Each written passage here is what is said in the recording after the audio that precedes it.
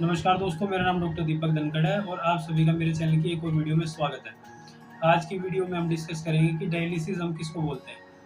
क्योंकि जनरली मैं ये देख रहा हूँ, जो पेशेंट्स जिनकी डायलिसिस हो रही है उन्हें भी ये नहीं पता डायलिसिस क्या होती है। जिनकी नहीं हो रही उन्हें तो वैसे ही लैक ऑफ नॉलेज रहती है, क्योंकि वो उस प्रोसेस से गुजर नहीं रहे, तो उन्हें इतना इस चीज़ के बारे में आइडिया नहीं होता।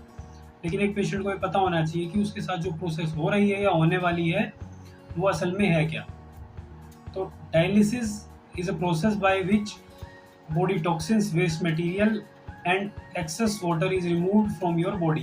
तो डायलिसिस एक ऐसी प्रोसेस है या ऐसी प्रक्रिया है जिससे आपकी बॉडी में जो एक्सेस टॉक्सिन्स और वेस्ट मटेरियल्स हैं और जो आपके शरीर में एक्सेस पानी है उसको आपकी बॉडी से निकाला जाता है।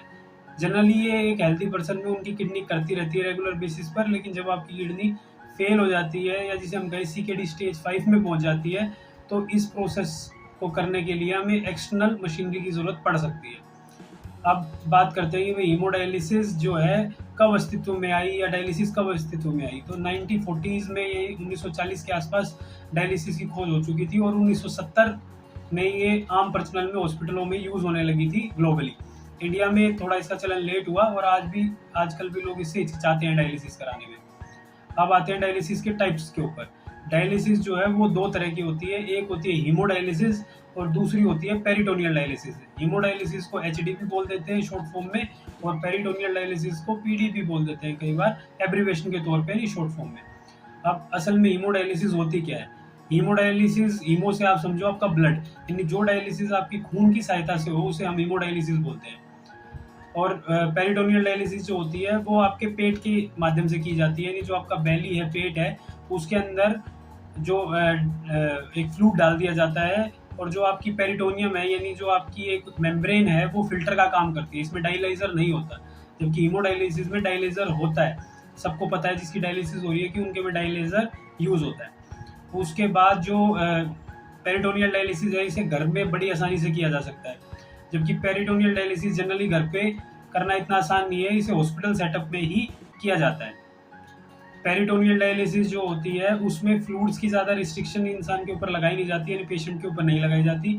जिसकी पेरिटोनियल डायलिसिस हो रही होती है वो थोड़ा एक्सेस मात्रा में पानी भी ड्रिंक कर सकता है, लेकिन जिसकी हीमोडायलिसिस हो रही होती है उस पर पानी की रिस्ट्रिक्शंस लगाई जाती हैं।